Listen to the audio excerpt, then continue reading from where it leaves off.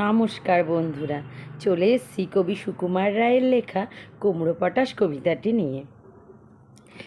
যদি কুমড়ো পটাশ নাচে, খবরদার এসো না কেউ আস্তাবলের কাছে।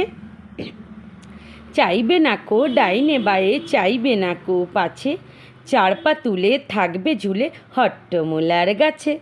যদি কুমড়ো পটাশ কাঁদে, খবরদার খবরদার বসবে না কেউ ছাদে, উপুর হয়ে মাচায় শুয়ে লেপ কম্বল কাঁধে, বেহাক সুরে গাইবে খালি রাধাকৃষ্ণ রাধে।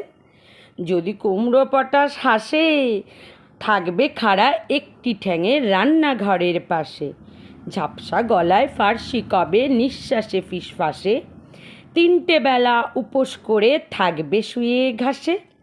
যদি কুমড়ো পটাশ ছোটে, সবাই যেন তড়বড়িয়ে জানলা বেয়ে ওঠে, হুকোর গালে আলতা গুলে লাগায় গালে ঠোঁটে, ভুলেও যেন আকাশ পানে তাকায় না কেউ মোটে। যদি কুমড়ো পটাশ ডাকে, সবাই যেন শ্যামলা এঁটে গামলা চড়ে থাকে, ছেচকি শাকের ঘণ্ট বেটে মাথায় মলম মাখে, শক্ত ইটের তপ্ত ঝামা ঘষবে হাতে নাকে।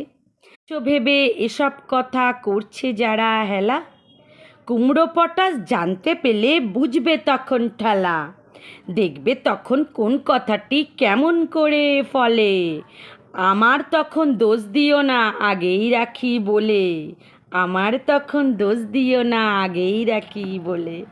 নমস্কার।